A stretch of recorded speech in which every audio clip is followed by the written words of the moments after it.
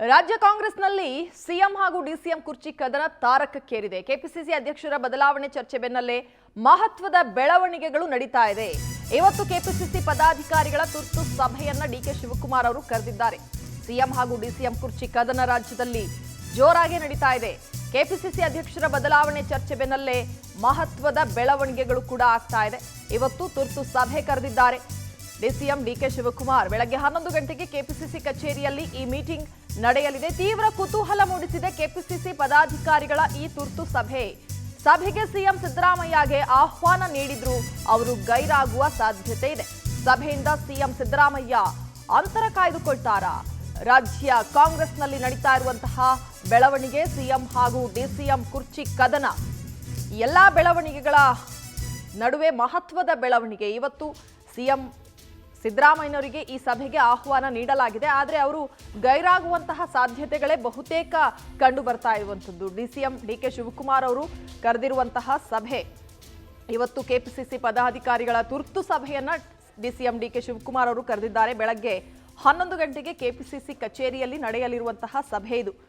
3 ವರ್ಷದ ಸಾಧನೆಯ ಕಿರುಚಿತ್ರ ಸಭೆಯಲ್ಲಿ ಡಿಕೆ ಶಿವಕುಮಾರ್ ಅವರ 3 ವರ್ಷದ ಸಾಧನೆಯ ಕಿರುಚಿತ್ರವನ್ನ ಪ್ರದರ್ಶನ ಮಾಡುವಂತಹ ಒಂದು ಕಾರ್ಯಕ್ರಮ ಕೂಡ ಇದೆ. ಇವತ್ತು ಕೆಪಿಸಿಸಿ ಅಧ್ಯಕ್ಷರಾಗಿ 3 ವರ್ಷದ ಸಾಧನೆ ಕುರಿತ ಕಿರುಚಿತ್ರ ಪ್ರದರ್ಶನವನ್ನ ಹಮ್ಮಿಕೊಳ್ಳಲಾಗಿದೆ. ಕೆಪಿಸಿಸಿ ಅಧ್ಯಕ್ಷರ ಬದಲಾವಣೆ ಬಗ್ಗೆ ಈಗಾಗಲೇ ಪರಮೇಶ್ವರ್ ಅವರು ಸುಳಿವನ್ನ ಕೂಡ ನೀಡಿದ್ದಾರೆ. ರಾಹುಲ್ ಗಾಂಧಿ ಜೊತೆ ಚರ್ಚೆಯನ್ನ ಸಿಎಂ ಸಿದ್ದರಾಮಯ್ಯನವರು ನಡೆಸಿದ್ದಾರೆ. ಎಸ್ಟಿ ಲಿಂಗಾಯತ ಸಮುದಾಯಕ್ಕೆ ಅಧ್ಯಕ್ಷಗಿರಿ ನೀಡುವಂತೆಯೂ ಸಲಹೆಯನ್ನ ನೀಡಲಾಗಿದೆ. ರಾಹುಲ್ ಗಾಂಧಿಗೆ ಮುಖ್ಯಮಂತ್ರಿ ಸಿದ್ದರಾಮಯ್ಯನವರು ಸಲಹೆ ನೀಡಿದ್ದಾರೆ. ಈ ಎಲ್ಲಾ ಬೆಳವಣಿಗೆಗಳ ಮಧ್ಯೆ ಇವತ್ತು ಪದಾಧಿಕಾರಿಗಳ ತುರ್ತು ಸಭೆ ಸಾಕಷ್ಟು ಕುತೂಹಲಕ್ಕೂ ಕಾರಣವಾಗಿದೆ. ಜೊತೆಗೆ ಸಿಎಂ ಸಿದ್ದರಾಮಯ್ಯನವರ ನಡೆ, ಸಭೆಗೆ ಹಾಜರಾಗ್ತಾರಾ ಇಲ್ವಾ ಅನ್ನುವಂಥದ್ದು, ಏನಾಗಬಹುದು ಅನ್ನುವಂಥದ್ದು ಬಹಳ ಕುತೂಹಲಕ್ಕೆ ಕಾರಣವಾಗಿದೆ. ಬೆಳಗ್ಗೆ 11 ಗಂಟೆಗೆ ಈ ನಿಟ್ಟಿನಲ್ಲಿ ಸಭೆಯನ್ನ ಕರೆಯಲಾಗಿದೆ. ಏನಾಗುತ್ತೆ ಅನ್ನೋದನ್ನ ಕಾದು ನೋಡೋಣ. ಹೆಚ್ಚಿನ ಡೀಟೇಲ್ಸ್ ಅನ್ನ ನೀಡ್ತಾರೆ ನಮ್ಮ ಪ್ರತಿನಿಧಿ ಶಶಿಧರ್.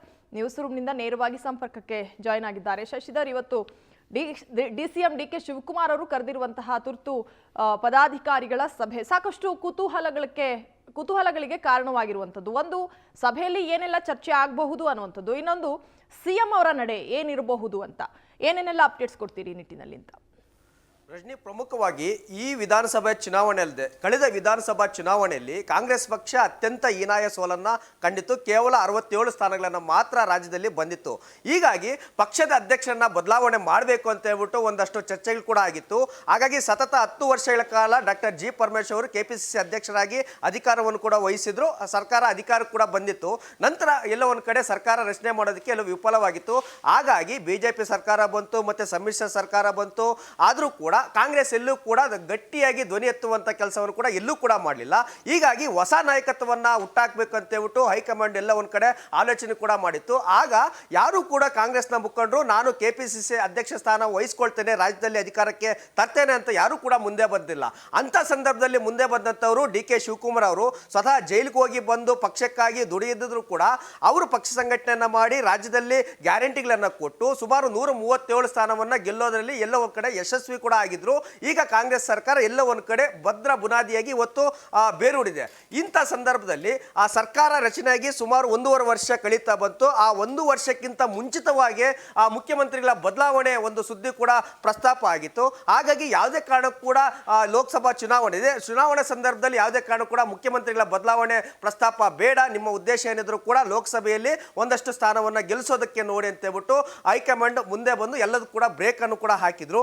ಈಗ ಲೋಕಸಭಾ ಚುನಾವಣೆ ಮುಗಿತಿದ್ದಂಗೆ ಈಗ ಮತ್ತೆ ಪ್ರಾರಂಭವಾಗಿದೆ. ಏನಂತಂದ್ರೆ ಮುಖ್ಯಮಂತ್ರಿಗಳ ಬದಲಾವಣೆ ಅಂತ ಹೇಳ್ಬಿಟ್ಟು ಹೊಸ ಕಾಂಗ್ರೆಸ್ನಲ್ಲಿ ಅಲೆ ಕೂಡ ಶುರುವಾಗಿದೆ. ಇದಕ್ಕೆ ತದ್ವಿರುದ್ಧವಾಗಿ ಸಿಎಂ ಬಣದವರು ಕೂಡ ಒಂದಷ್ಟು ತಂತ್ರಗಾರಿಕೆಯನ್ನು ಕೂಡ ನಡೆಸಿದರೆ ಉಪಮುಖ್ಯಮಂತ್ರಿ ಸ್ಥಾನಗಳನ್ನ ಹೆಚ್ಚುವರಿಯನ್ನಾಗಿ ಮಾಡಬೇಕು, ಜಾತಿಯವಾರು ಸಮುದಾಯವಾರು ಕೊಡಬೇಕು ಅಂತ ಹೇಳ್ಬಿಟ್ಟು ಒಂದಷ್ಟು ಬೇಡಿಕೆಗಳು ಕೂಡ ಇಟ್ಟಿದ್ದಾರೆ.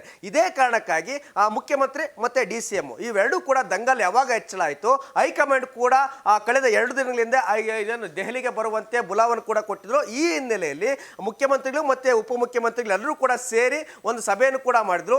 ಈ ಒಂದು ಎಲ್ಲದಕ್ಕೂ ಕೂಡ ಫುಲ್ ಸ್ಟಾಪ್ ಅನ್ನು ಹಾಕಬೇಕು. ಇಲ್ಲ ಮುಖ್ಯಮಂತ್ರಿಗಳು ಏನಾದರೂ ಬದಲಾವಣೆ ಮಾಡಂಗಿದ್ರೆ ಬದಲಾವಣೆಯನ್ನ ಮಾಡಿ, ಇಲ್ಲ ಹೆಚ್ಚುವರಿ DCM ಏನಾದರೂ ಮಾಡಂಗಿದ್ರೆ ಹೆಚ್ಚುವರಿ DCM ಅನ್ನಾದರೂ ಮಾಡಿ, ಒಟ್ಟಲ್ಲಿ ಇದಕ್ಕೆಲ್ಲ ಕೂಡ ಫುಲ್ ಸ್ಟಾಪ್ ಅನ್ನು ಇಡಿ. ಯಾಕಂದ್ರೆ ರಾಜ್ಯದಲ್ಲಿ ಎಲ್ಲ ಒಂದು ಕಡೆ ವಿಪಕ್ಷಗಳಿಗೆ ಇದೇ ಒಂದು ದೊಡ್ಡ ಆಹಾರವಾಗ್ತಿದೆ ಅಂತ ಹೇಳ್ಬಿಟ್ಟು ಮುಖ್ಯಮಂತ್ರಿಗಳು ಮತ್ತೆ DKಶಿ ಅವರು ಮುಖ್ಯಮಂತ್ರಿಗಳು DCM ಮೇಲೆ ಒಂದು ದೂರನ್ನು ಕೊಟ್ಟರೆ, DCM ಅವರು ಮುಖ್ಯಮಂತ್ರಿಗಳ ಮೇಲೆ ಒಂದು ದೂರನ್ನು ಕೂಡ ಕೊಟ್ಟಿದ್ದಾರೆ. ಇದೆಲ್ಲವನ್ನು ಕೂಡ ಅಳೆದು ತೂಗಿ ಯೋಚನೆ ಮಾಡಿದಂತ ಮಲ್ಲಿಕಾರ್ಜುನ ಖರ್ಗೆ ಅವರು AICC ಅಧ್ಯಕ್ಷರಾಗಿದ್ದಾರೆ. ಇಬ್ಬರು ಕೂಡ ಒಂದಷ್ಟು ಟಾಸ್ಕ್ ಅನ್ನು ಕೊಟ್ಟಿದ್ದಾರೆ. ಮುಖ್ಯಮಂತ್ರಿಗಳಿಗೆ ಏನು ಹೇಳಿಕೆಯನ್ನು ಕೊಟ್ಟಿದ್ದಾರೆ ಅಂತಂದ್ರೆ, ನೀವೇನಿದ್ರು ಕೂಡ ಅಭಿವೃದ್ಧಿ ಕೆಲಸ ಕಡೆ ಗಮನವನ್ನು ಕೊಡಿ, ನಿಮಗೆ ಮುಖ್ಯಮಂತ್ರಿ ಸ್ಥಾನವನ್ನು ಕೂಡ ಕೊಟ್ಟಿದ್ದೇವೆ, ಆದರೆ ಯಾವುದೇ ಷರತ್ತನ್ನು ಕೂಡ ಹಾಕಿಲ್ಲ, ಕೇವಲ ಅಭಿವೃದ್ಧಿ ಕಡೆ ಮತ್ತೆ ರಾಜ್ಯದ ಸರ್ಕಾರದ ಮೇಲೆ ಎಲ್ಲ ಒಂದು ಕಡೆ ಭ್ರಷ್ಟಾಚಾರದ ಆರೋಪ ಕೂಡ ಬರ್ತಿದೆ, ಅದಕ್ಕೆ ಕಡಿವಾಣ ಹಾಕುವಂತ ನಿಟ್ಟಿನಲ್ಲಿ ಕೆಲಸವನ್ನ ಮಾಡಿ ಅಂತ ಹೇಳ್ಬಿಟ್ಟು ಮುಖ್ಯಮಂತ್ರಿಗಳು ಕೂಡ ವಾರ್ನಿಂಗ್ ಅನ್ನ ಮಾಡಿದ್ದಾರೆ. ಮತ್ತೆ KPCC ಅಧ್ಯಕ್ಷರಾದಂತ DK ಶಿವಕುಮಾರ್ ಕೂಡ ಒಂದು ಸೂಚನೆ ಕೂಡ ಕೊಟ್ಟಿದ್ರೆ, ನೀವು ಪಕ್ಷದ ಅಧ್ಯಕ್ಷರಾಗಿದ್ದೀರಿ, ನೀವೇನೇ ತೀರ್ಮಾನ ತೆಗೆದುಕೊಂಡ್ರು ಕೂಡ ನಾವು ಭದ್ರ ಆಗಿರ್ತೀರಿ, ನಿಮ್ಮ ಏನು ಗುರಿ ಏನಿದ್ರು ಕೂಡ ಕೇವಲ ಪಕ್ಷ ಸಂಘಟನೆ ಮಾತ್ರಗೆ ನೀವು ಗುರಿಯನ್ನ ಹೊಂದಿರಿ ಅಂತ ಹೇಳ್ಬಿಟ್ಟು ಕೂಡ ಒಂದು ವಾರ್ನಿಂಗ್ ಅನ್ನ ಕೂಡ ಕೊಟ್ಟಿದ್ರೆ. ಈ ಹಿನ್ನೆಲೆಯಲ್ಲಿ ಏನು KPCC ಅಧ್ಯಕ್ಷರಾಗಿ 3 ವರ್ಷಗಳಾಗಿದ್ರೆ, ಆ 3 ವರ್ಷಗಳಲ್ಲಿ ಏನೆಲ್ಲ ಪಕ್ಷ ಸಂಘಟನೆ ಮಾಡೋದಕ್ಕೆ ಏನು ಯಾವೆಲ್ಲ ಶ್ರಮವನ್ನು ಕೂಡ ಹಾಕಿದ್ರು, 137 ಸ್ಥಾನ ಬರೋದಕ್ಕೆ ಯಾವ ರೀತಿಯಾಗಿ ಕಾರಣ ಆಯಿತು ಅಂತ ಹೇಳ್ಬಿಟ್ಟು ಸುದೀರ್ಘವಾಗಿ ಒಂದು ಕಿರುಚಿತ್ರವನ್ನು ಬಿಡುಗಡೆ ಮಾಡೋದಕ್ಕೆ ಕೂಡ DK ಶಿವಕುಮಾರ್ ಕೂಡ ಮುಂದಾಗಿದ್ದಾರೆ. ಯಾಕೆ ಅಂತಂದ್ರೆ ಅವರ ಬಳಿ ಕೂಡ ಈಗ ಪ್ರಬಲವಾಗಿ 2 ಖಾತೆಗಳಿದೆ. ಬೆಂಗಳೂರು ಅಭಿವೃದ್ಧಿ ಖಾತೆ ಒಂದು ಕಡೆ ಇದ್ರೆ, ಮತ್ತೊಂದು ಕಡೆ ಜಲಸಂಪನ್ಮೂಲ ಖಾತೆ ಇದೆ. ಈ 2 ಖಾತೆಗಳು ಕೂಡ ಅತಿ ಹೆಚ್ಚಿನ ಒತ್ತನ್ನು ಕೊಡಬೇಕು. ಇದರ ಮಧ್ಯದಲ್ಲಿ ಅವರು KPCC ಅಧ್ಯಕ್ಷ ಸ್ಥಾನಕ್ಕೆ ಅವಕಾಶ ಕೊಡೋದಕ್ಕೆ ಸಾಧ್ಯವಾಗ್ತಿಲ್ಲ. ಹಾಗಾಗಿ KPCC ಅಧ್ಯಕ್ಷ ಸ್ಥಾನವನ್ನು ಕೂಡ ಬದಲಾವಣೆ ಮಾಡಿ ಅಂತಿದ್ದಾರೆ. ಹಾಗಾಗಿ ನಾನು ಪ್ರಬಲವಾಗಿದ್ದೇನೆ ಅಂತ ತೋರಿಸೋದಕ್ಕೆ DK ಶಿವಕುಮಾರ್ ಇವತ್ತು KPCC ಪದಾಧಿಕಾರಿಗಳ ಸಭೆಯನ್ನು ಕರೆದಿದ್ದಾರೆ. ಆ ಸಭೆಯಲ್ಲಿ ಯಾವ ರೀತಿಯಾಗಿ ಒಮ್ಮತ ಮೂಡುತ್ತೆ ಅಂತ ಕಾದು ನೋಡ್ಬೇಕಿದೆ Rajani. Okay, thank you Shashidhar ಮಾಹಿತಿಗೆ.